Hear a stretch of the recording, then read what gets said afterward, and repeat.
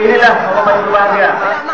Contoh kasus kita pada hari ini yang tidak terhormat.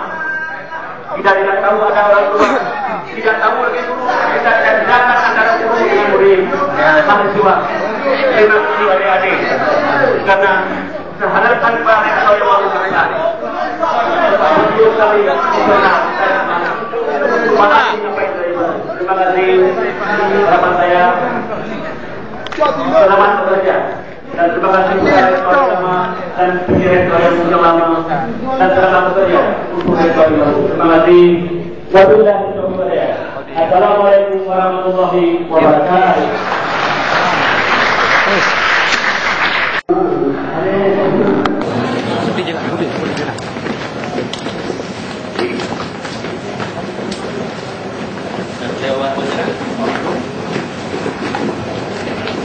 Sedang ramai.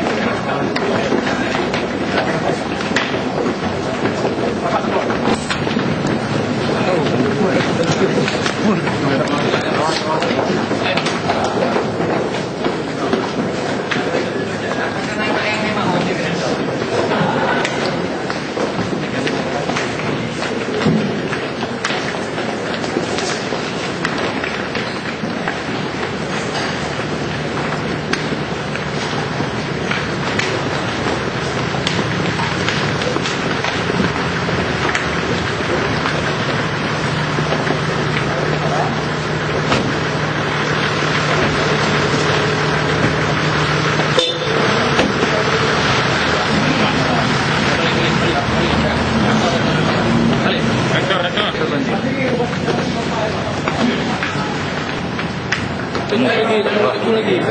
Alah, kacau